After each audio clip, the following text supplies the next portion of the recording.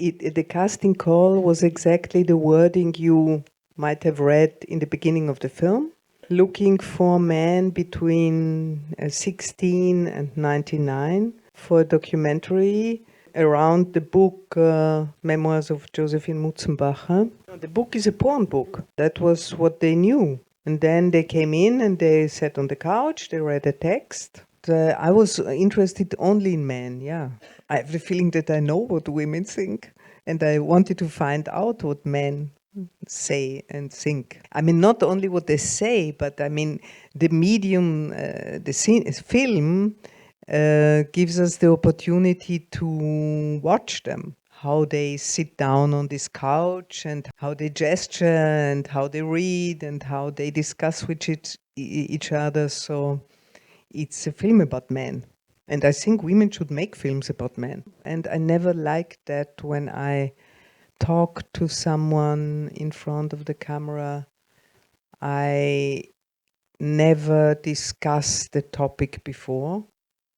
Of course, usually you meet the people before, but then I discuss the weather or whatever, cats and dogs or something.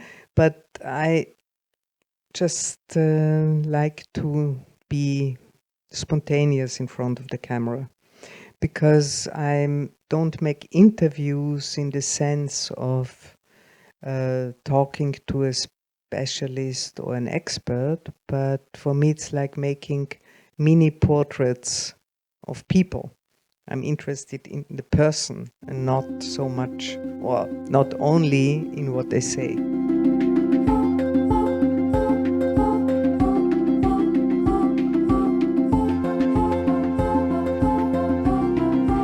Hi, how are you doing? Welcome to Zinemaldiko podcast, the audio inventory of some of the events taking place at the San Sebastian Film Festival.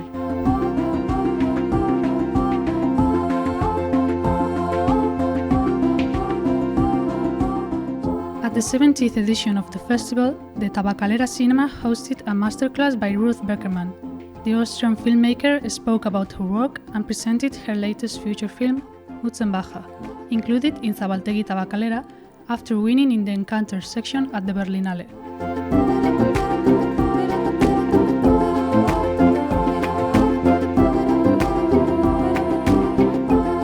Amaya Serrulla, head of the Thought and Discussion area and of the festival's documentation and film department, acted as moderator.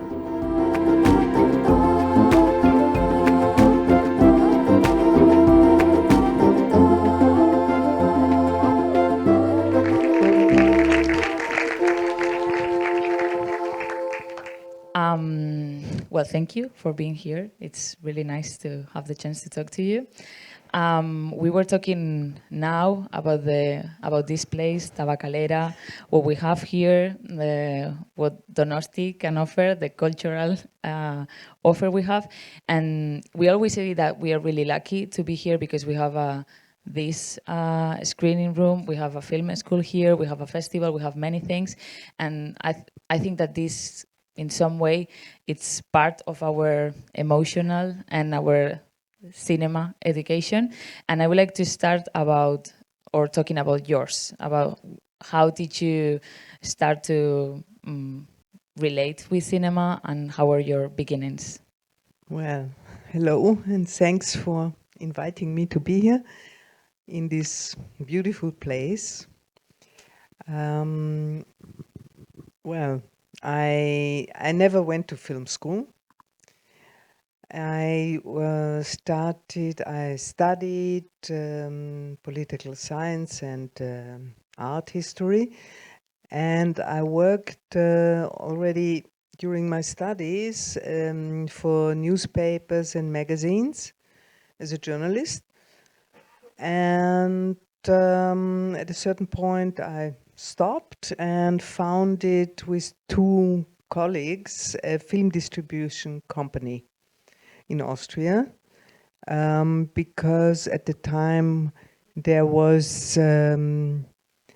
only commercial film distributors or a very conservative Catholic one. And we wanted it, it was the time in the 80s, we wanted to bring in films about political subjects. We were quite militant leftists, so we brought films about apartheid in South Africa and about the fight for abortion and so on and so on. You can imagine the topics. So that's how I got in touch with cinema. Actually, I never wanted to make films, but become a writer. And after having founded this film distribution, we found out that there are not many films about topics in Austria, Austrian topics like strikes or other matters. And I just started first with a friend and then alone to make films without ever having learned how to do it. Still, I'm not very good in technical matters, but I learned some. But I hate tripods, so whenever I need a tripod, I need someone to put it up. I'm not really, that's not my friend. I'm not a friend of tripods, and they are not my friends. And could you tell us a little bit about how did you came up with the idea of doing this film, and why did you choose this topic? Yeah, the one with in the film. This topic, it's hard to tell. It just happened. It's just, you have time, yeah, I can think about it. No, it just happened. I mean, I read this book when I was very young, like many other people read the book when they were quite young, because at the time there was no internet, so we had to get information about interesting matters out of books. And then, I was supposed to do another film in 2020. And as you know, the pandemic came, I couldn't do it, a film in Africa. And then I started another film about a school class in Vienna. And then all the schools were closed. So then I said, okay, that's the moment for Mutzenbacher. Because, I mean, you saw the film, it was easy to bring, we just shot it in Vienna, so we could handle the situation.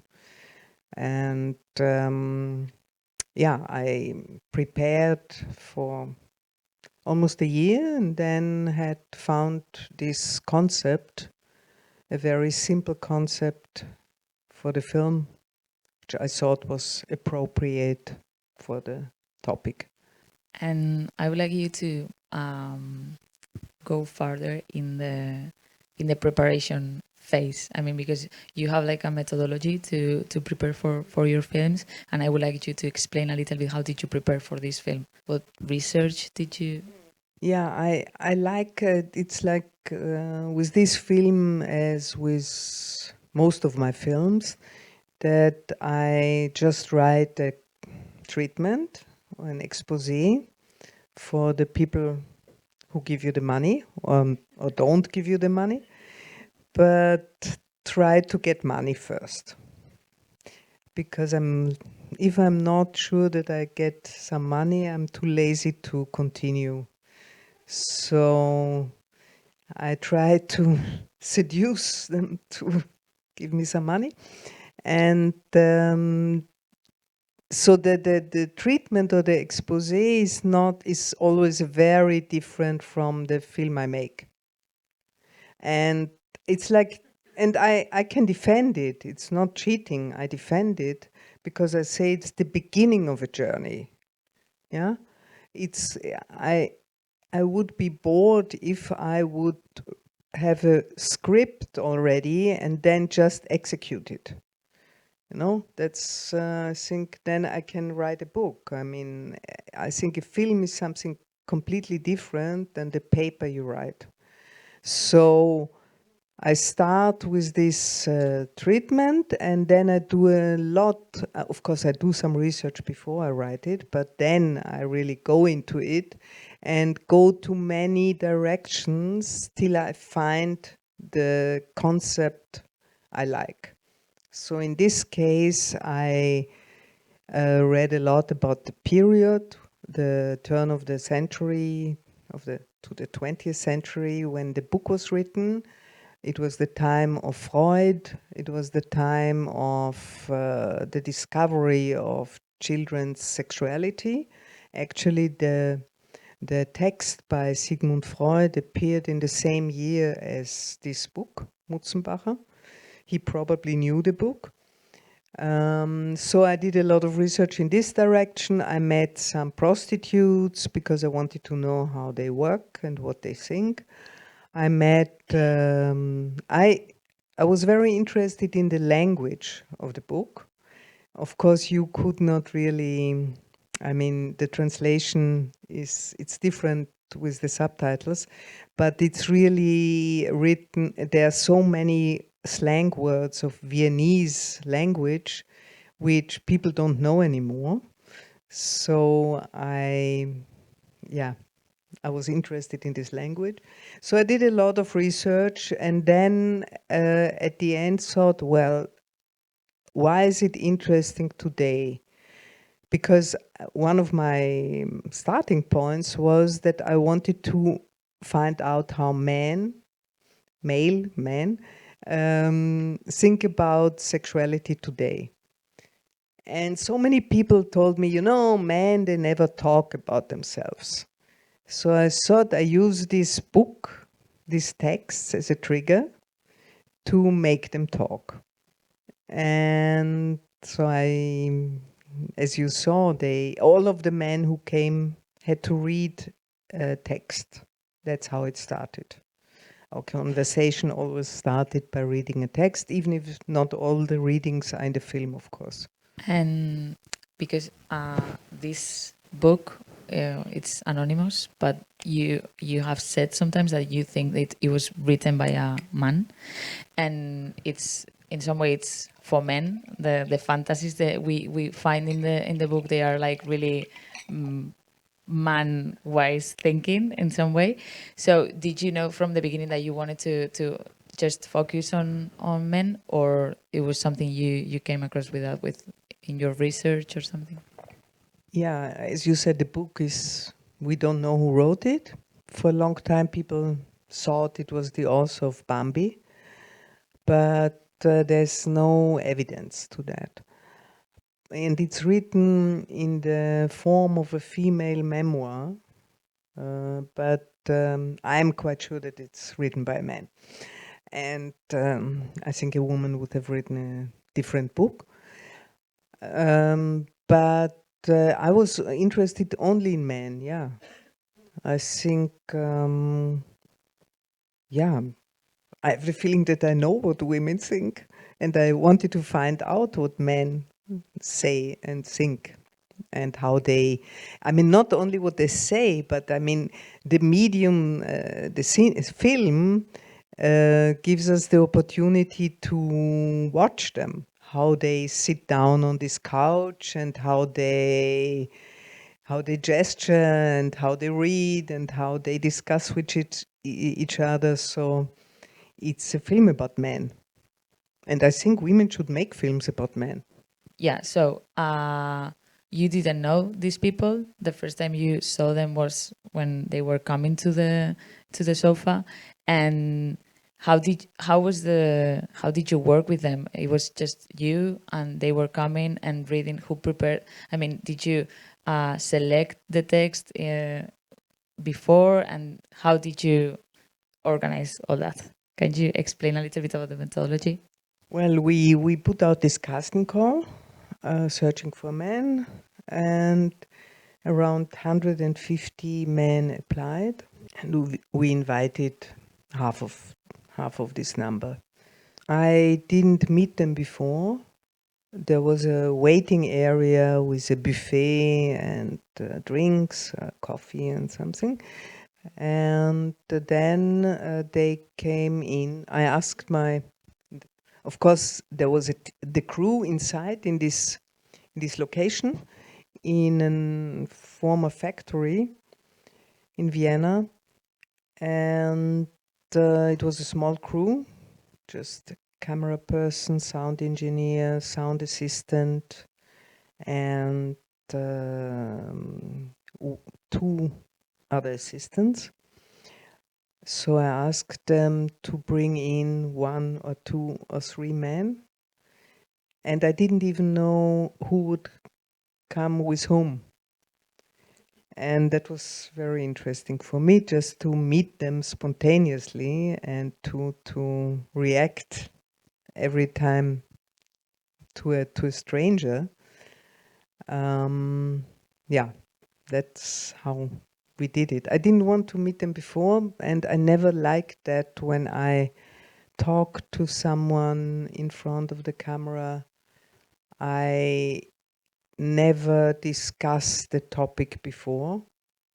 Of course, usually you meet the people before, but then I discuss the weather or whatever, cats and dogs or something.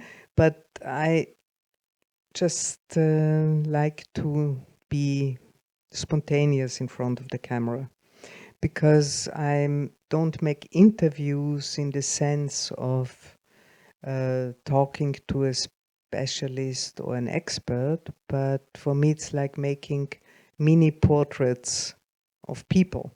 I'm interested in the person and not so much, or not only in what they say, but how they say it, to give you a glimpse of someone, and you as a spectator can find your own stories around. That's what I'm interested in, these fantasies.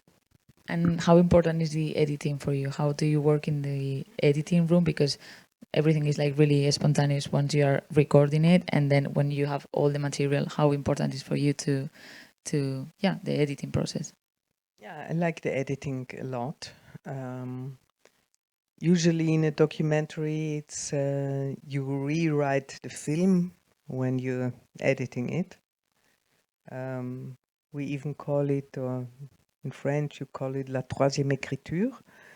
I mean, you write this treatment, then you make the film, and then you rewrite the whole thing. Here, it was obvious from the beginning that it would be a series of men. So I didn't have to find a new concept in that editing room. And in this case, I didn't shoot that much. I had around 20 hours of material. And of course, in the beginning, you know very fast what is good and what is bad. But the process was more about finding the right order. That was very important, because when you have just men sitting on a couch, more or less, it's very, very important to find, to find the right moment when there is again someone coming in who surprises you. That was it took us a long time to play around with the chronology of the man. Hi. I have one question, since you now just mentioned sort of the word serious and in what order you edited the man.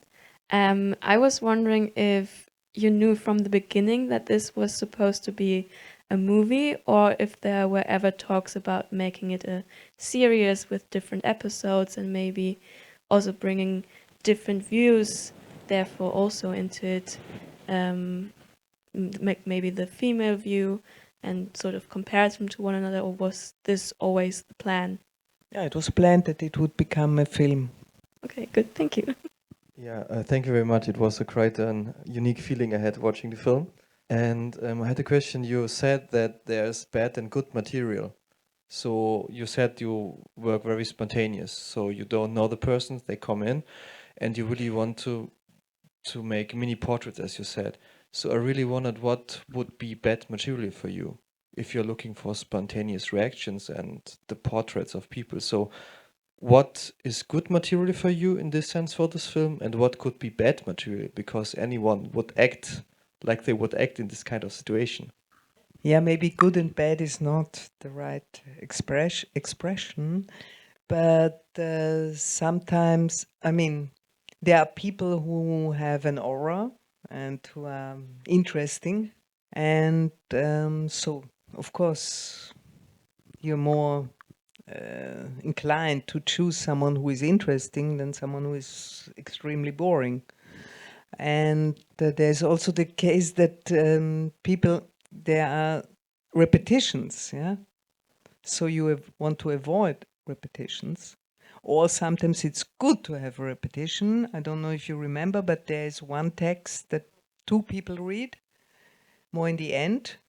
There's this guy who reads this text about when they were children and they played and they, two boys and two girls, and he reads it very slow. And then this guy with the shorts, I don't know if you remember him. And then there's another, quite maybe 10 minutes later, there's a young guy sitting with another man on the couch who reads the same text and very fast and very good. So I put this in on purpose, this repetition, to show you how different one can read a text. Yeah? So it all depends. So you cannot say it's good or bad or I need it or not. But of course, in the beginning, there are situations that are not interesting. So you just throw that material out. Sometimes you go back to it because you need something of that. But in the beginning, I always select the material I think is good, is interesting for the film. Because you have to reduce the material anyway.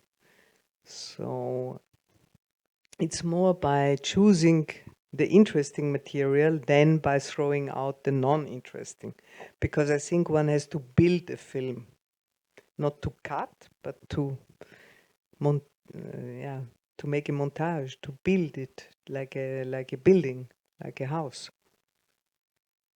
With and I also, I mean, I started making films when we were still working with film. So one didn't edit in the way like many people edit today, meaning that some people just start editing a scene, and I never do that. I think one has to build the film first, like columns in a building, and then when you have a rough cut and the concept works, then just start going into details. Hola, buenas tardes. Yo quería saber si fue tan fácil la aceptación del desnudo como aparece en la película. Yo interpreté que varios de ellos pensaban, cuando fueron a la prueba, que se tenían que desnudar. She's saying that she understood that some of the guys in the film, they thought that when they were going to this casting, they maybe they should get naked at some point. There was one man, yes, who said he would be ready to act in a porn movie. You refer to him? Yeah, yes. And the other guy said he didn't think of that he was supposed to do anything like that. With the tree. Yeah. The guy who was ready maybe to fuck a tree, but not to get naked. And I didn't ask them to get naked. Hi. Actually, I wanted to ask something related with the guy with the tree. It seemed that he knew from the beginning that the project was yours, and this is why he went for the casting. So I was wondering about how did you word the casting call? How much they knew about what was going to happen and what they were going to be asked to do? Did they think that they will participate in some kind of reenactment of the novel or in a research around the novel? I think it makes it quite different. And also another question, you said that you wanted to explore what men thought about sexuality because you kind of know what women do. What did you find out that you didn't know? Well, the first question is easy to answer.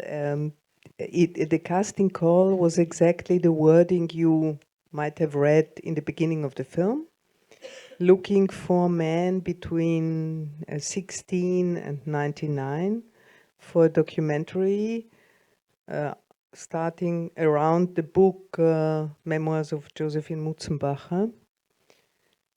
Yeah, that was it.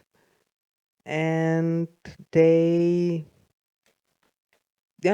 was what they knew, actually. And then they came in and they sat on the couch, they read a text. And some of them I asked to play a little bit around with each other. So that was it, actually. And they knew, of course, that this will be part of the film, the casting, yeah. That it's not a real casting. I mean, it was also obvious because there was light and there was, I mean, the setting was not like a normal casting, but they knew it and they signed it. And, yeah. The second question. I don't know if I found out a lot, but I found out that it's not true that men don't talk. They talk. And I was surprised, I must say, that many of them have been quite honest and open-minded.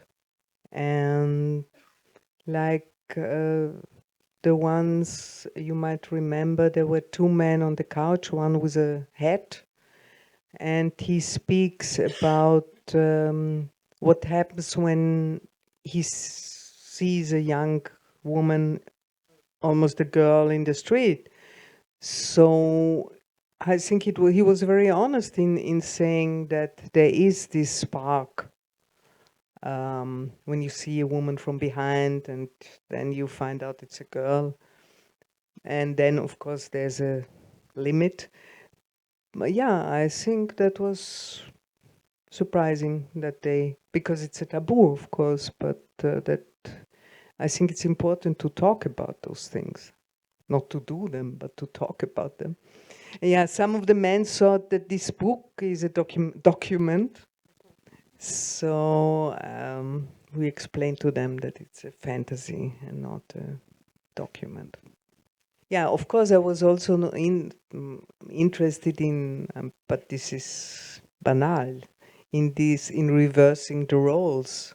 That usually women sit on a casting couch, and I wanted men to sit there, and usually young women try to impress a male director, so they had to impress me.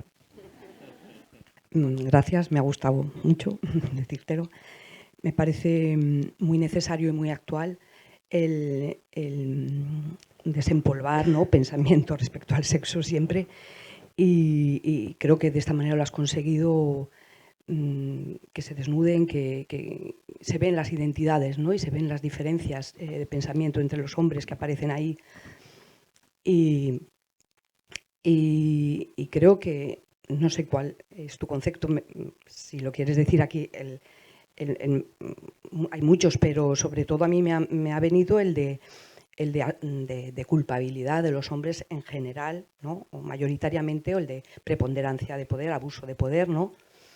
Y yo no desconocía el texto, lo que no sé si en el texto, en el supuesta, ¿no?, biografía de Josefina, escrito por hombre o por mujer, si también está latente, porque a mí me da que pensar que sí, ¿no?, que aunque lo escribiera un hombre, quizá ese punto de vista lo quería dejar latente, ¿no? Y sobre todo como terminas, la frase final con la que terminas, ¿no?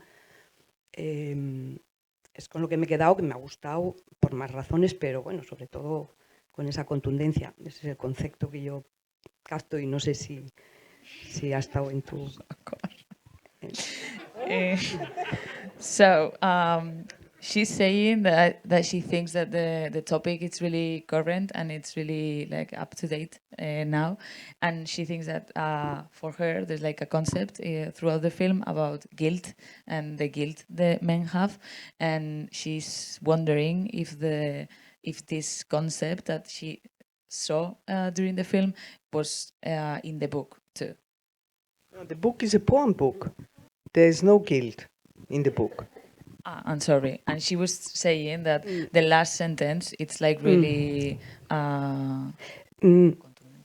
Quiero decir, no culpabilidad de la escritora o del escritor, sino que pretende generar en el lector She said that ese cuestionamiento de abuso masculino, el abuso masculino. No que esté escrito desde el punto de vista de la culpabilidad. Okay, so she's not saying about the guilt in the writing thing, but the guilt that the text and the film may provoke in the people that may watch or read, in this case, the book. The book is written in a smart way, because as you heard in some texts, they always say, no, don't do it, and someone might come and this and that. So this is part of the game, yeah, part of the play, that there's always this, I don't know if you mean, you have to read the book. It's translated into Spanish, read it. And it's a very interesting book because if you read the book, it's also a sociological study about how poor people lived at the time.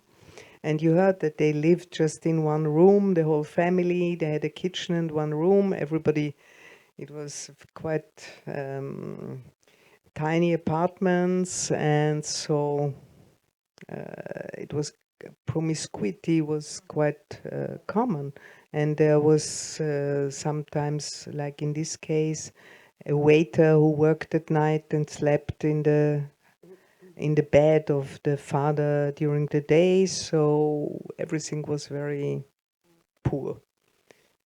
Yeah. So the book is interesting in many ways, not only as a porn book. I have a silly question, and it's about the behind the scenes approach. When did that come out? Did you always decide to shoot it? Because it provides like a comic relief of like, okay, we're sort of getting this together. And it turns the whole thing into a very funny situation.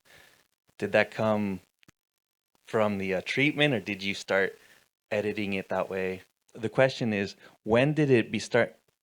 This comic relief that you added for me, which is the behind the scenes, to shoot everything like with seeing the microphone, sort of seeing the airs. No, this was the idea from the beginning, to have a casting situation. All right. And show you that this is a film about a casting. All right, I got it. Because it's all just very comical and I don't know. Anyway, thank you. Good evening. Thank you so much for showing your film. I laughed a lot.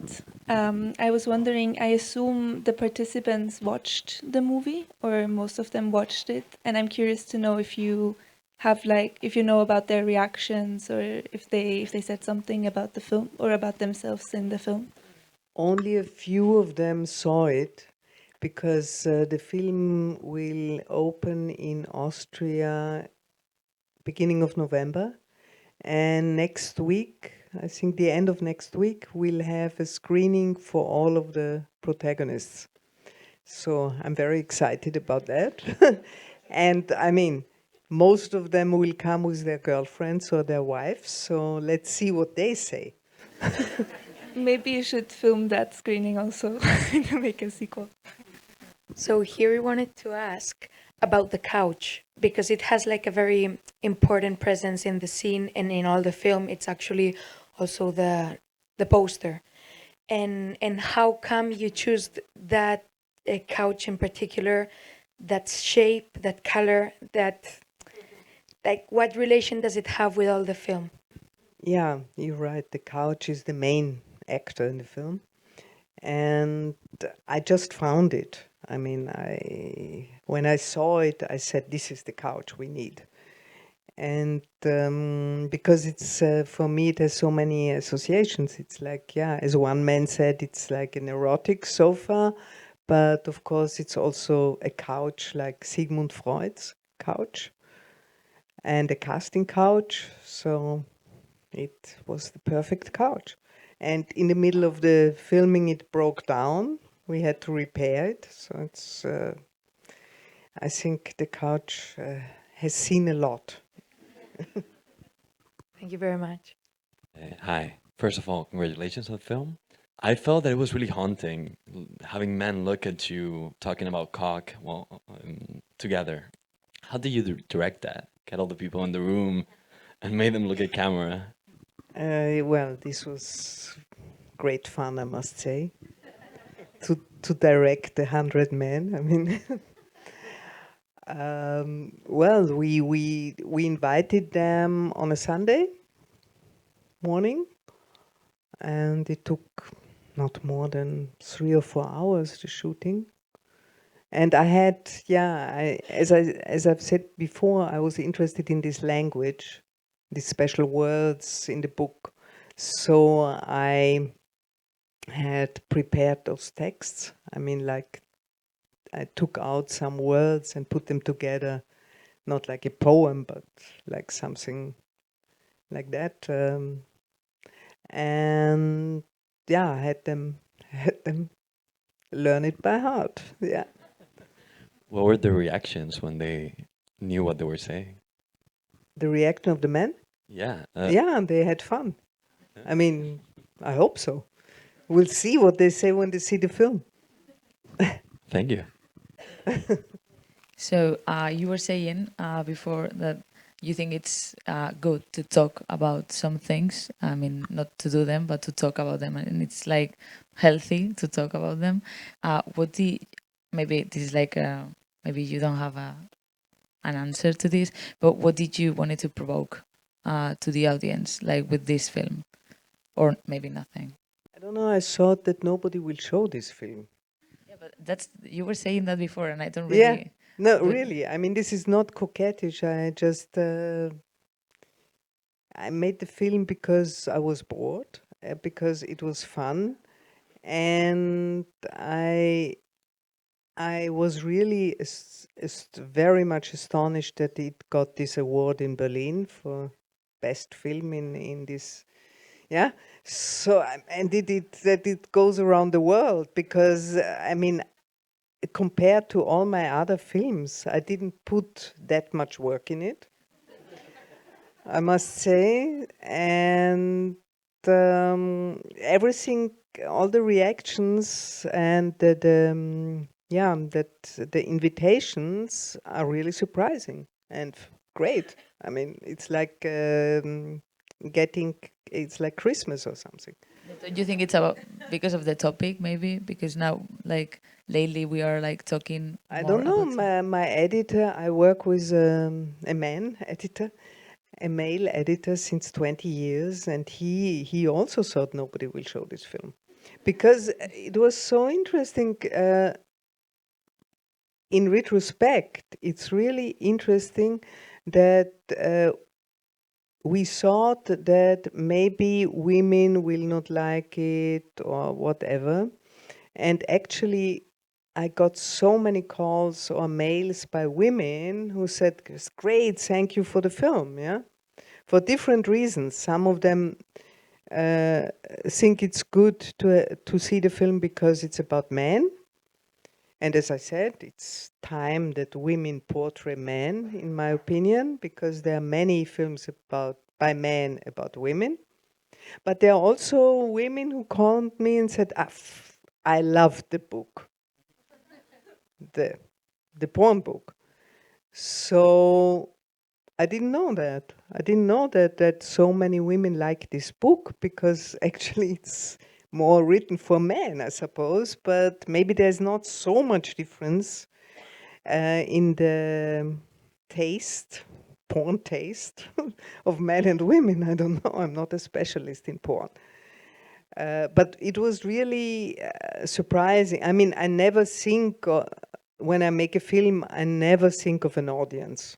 I never think, okay, people will like it or not. I just have to make the film. I make the film if I'm interested in something, and not to please anybody. But in this case, it was really astonishing. If I make a film about, I don't know, a political thing, I know more or less who will be the people who like it. But here, no. And how did you change your thoughts about the book? Because this was written like 100 years ago. You read it when you were a teenager, and now you make this film. So how did, like, your relationship with this text, how did it change in some way? Maybe it didn't change at all. I don't know. Didn't change so much. No. Of course, no. It didn't change. I mean, when I think about the text, I think of myself as being a child when I read it. You know, it's like a memory of searching forbidden things. So maybe we can talk about what's next. What's your next project, and which is, I mean, maybe you can talk a little bit about it, not like say a lot, but maybe a little bit. Actually, I'm in the middle of shooting another film. I started 2 years ago. Yeah, it's a film about a school class. It's a film about real children. When we started, they were 7 years old. Now they are 9 years old. So it's about just documentary observing a school class kids in Vienna. It's the biggest primary school of Vienna, and there's not one child which speaks proper German. So and they have a great teacher who comes also from a Turkish family. She speaks perfect German. And yeah, it's just, can't say more because we're in the middle, and there we shoot a lot. So the editing will take a long, long time. And to find the real concept will happen in the editing room. Okay, so thank you very much. It was a pleasure to talk to you. I don't know if you want to add anything else or something. Of course, I would like to know what you think about the film.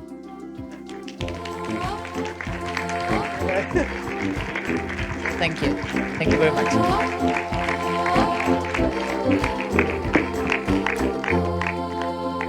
And so ends this new episode of Zinemaldiko podcast, a space included in the activities of the thought and discussion area. You can listen to more film talks and master classes on our website or on your favorite audio platform. See you next time.